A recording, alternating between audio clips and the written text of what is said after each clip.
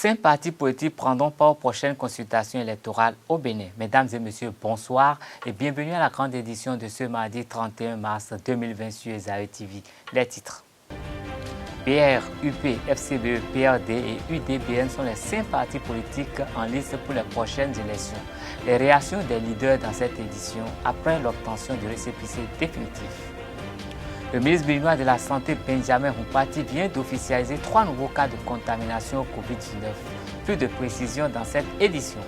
Le cordon sanitaire est une réalité au Bénin depuis ce lundi. Quels en sont les effets sur les activités commerciales? Les usagers du marché Torpa s'expriment dans un instant.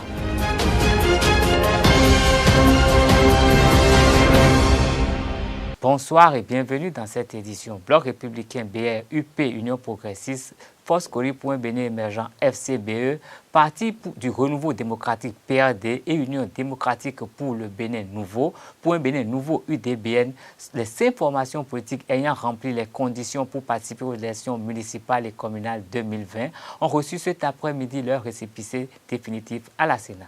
À la fin de la cérémonie solennelle de réception de leur visa, les représentants de ces formations politiques ont exprimé leur satisfaction. Quelle joie! Vraiment, quelle joie!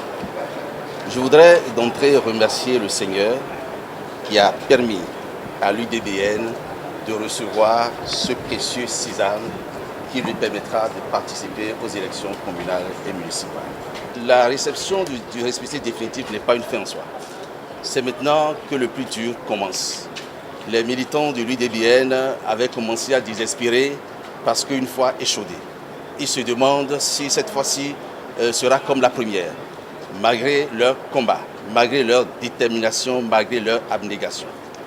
Ils savent qu'ils doivent retrousser les manches, retrousser les pantalons pour aller à la conquête de l'électorat.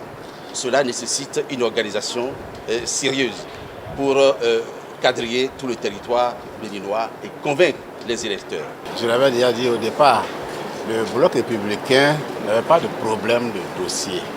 Ne me dites pas que je suis en train de tirer de mon côté, non. Tout l'exercice qu'on vient de faire pour nous était un exercice très facile, que ce soit la complétude jusqu'à l'étude des dossiers quant au fond. Donc le récépissé définitif qu'on vient de recevoir est un couronnement de ce que nous sommes.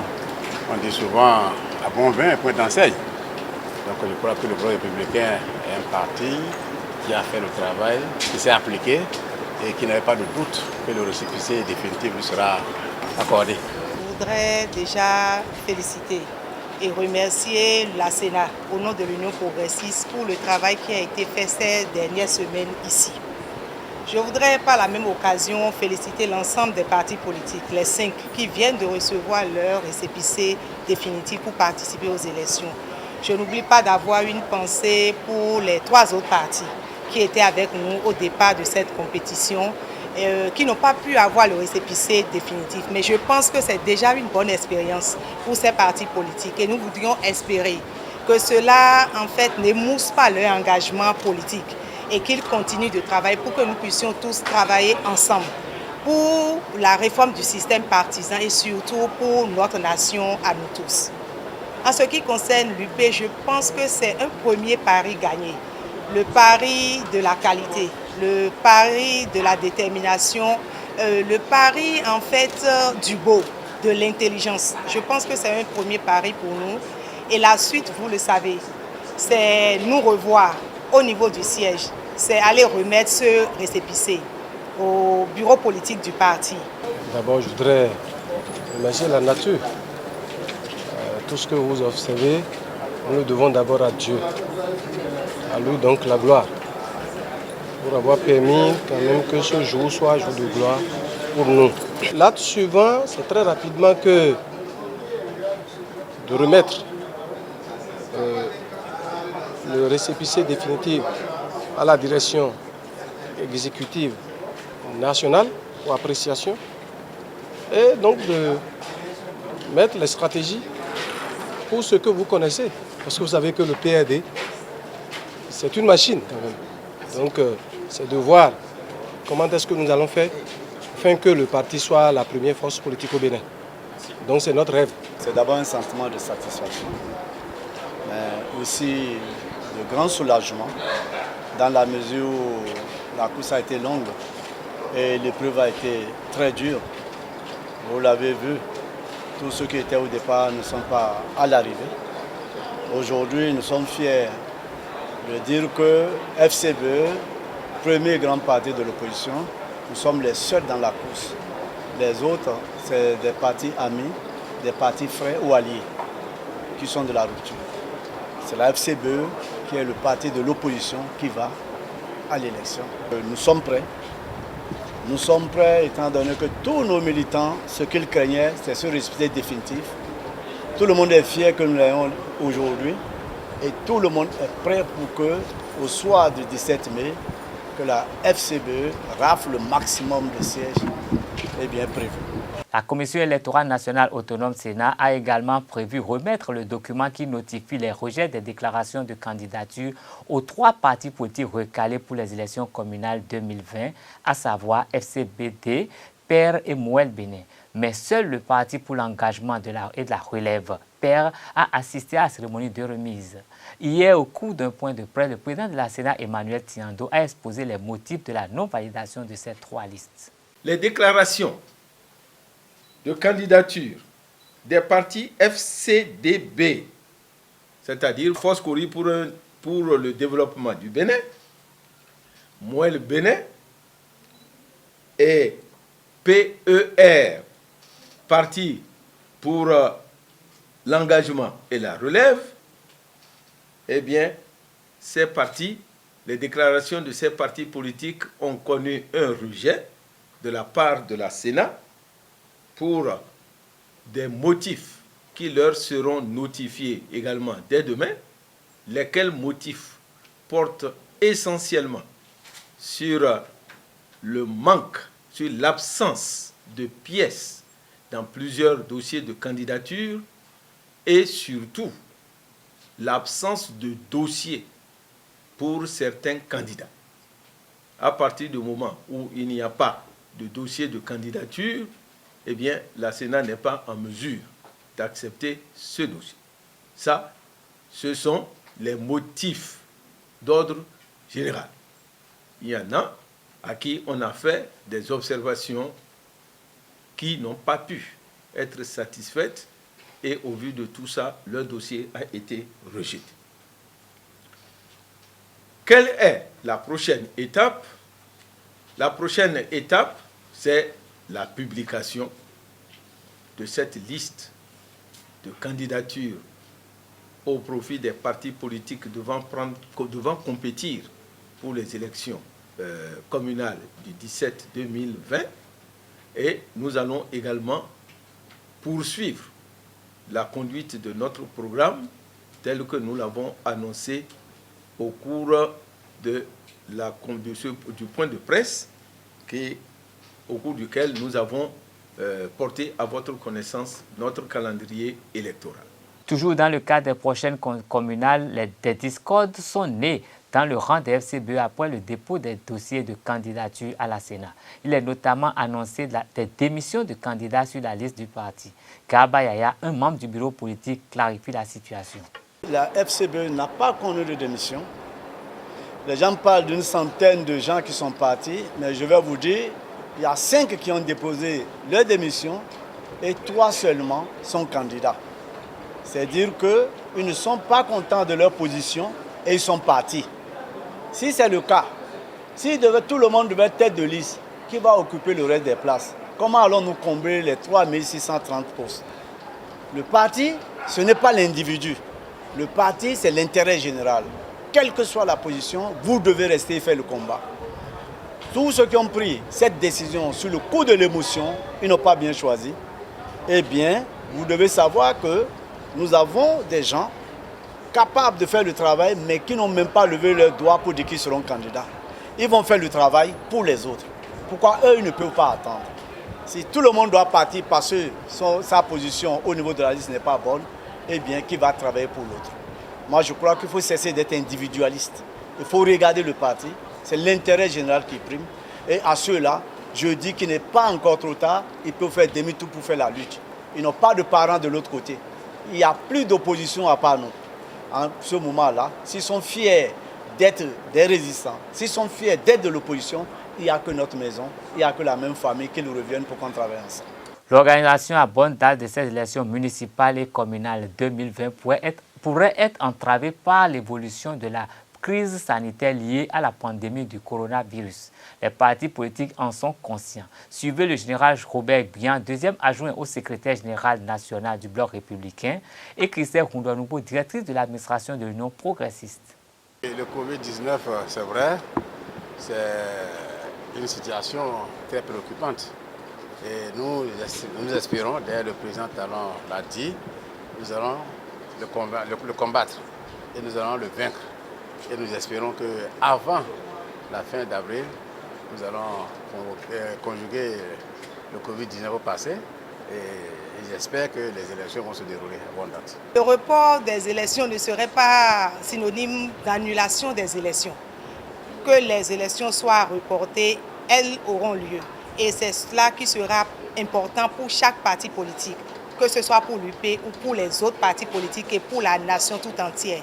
Nous, à l'Union progressiste, nous sommes convaincus qu'au sommet de l'État, le chef de l'État va prendre la mesure des choses et prendra les bonnes décisions, les décisions qui seront en fait les décisions de la République, les décisions qui ne seront pas pour un parti politique, qui ne seront pas pour un Béninois, mais l'ensemble de tous les Béninois. Lutter contre le virus corona, oui. Travailler pour la continuité de notre République, ça aussi c'est important. Et donc le chef de l'État saura prendre la décision qui convienne. L'autre grande actualité qu'est le coronavirus à présent. Le ministre béninois de la Santé, Benjamin Humpati, vient d'officialiser 3 nouveaux cas de contamination au Covid-19. Il s'agit, selon la correspondance adressée par l'autorité gouvernementale aux représentants résidents de l'Organisation mondiale de la santé au Bénin, OMS, il s'agit d'un homme âgé de 48 ans, revenu de la France et qui est resté en isolement, en auto-isolement à Lomé avant de se faire tester. Un garçon de 10 ans, proche parent du 4e cas, a également été contrôlé positif au Covid-19. Une Béninoise rentrée de France le 17 mars passé a été contrôlée positive au Covid-19 suite à une toux et une diarrhée constatées pendant son auto-isolement. Tous les 3 sont déjà sous traitement et dans un état stable et satisfaisant selon cette correspondance.